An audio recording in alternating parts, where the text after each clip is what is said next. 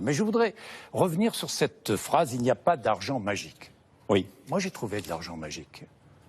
Formidable. Alors, allez-y. 60 à 80 milliards d'euros. Où, selon vous?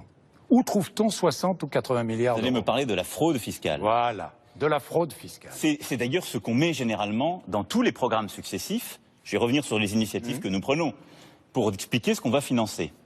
La fraude fiscale, ce gouvernement, comme d'ailleurs les précédents gouvernements, il faut leur reconnaître cela, il y a eu beaucoup de progrès qui a été fait en France et en Europe ces dernières années.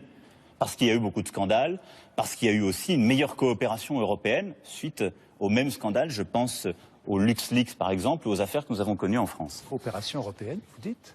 Bien sûr. Coopération européenne. Ces dernières années. Est-ce que vous pouvez sur le dire, secret par exemple, bancaire. mais est-ce que vous pouvez dire, Emmanuel Macron, que les Pays-Bas, que Malte, que le Luxembourg Alors, ne sont pas des paradis fiscaux? Non, mais je vais y revenir sur ce qu'on va faire maintenant.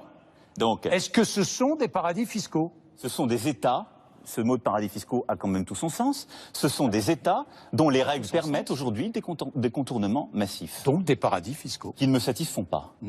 Bon. Donc, sur nous lesquels et entendons dans lesquels les plus riches vont loger des assurances-vie avec des règles fiscales qui ne sont pas les nôtres.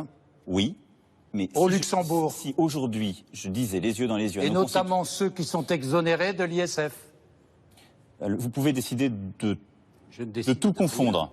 Mais si on peut remettre de la méthode dans cette discussion, on va s'y employer. Allez-y.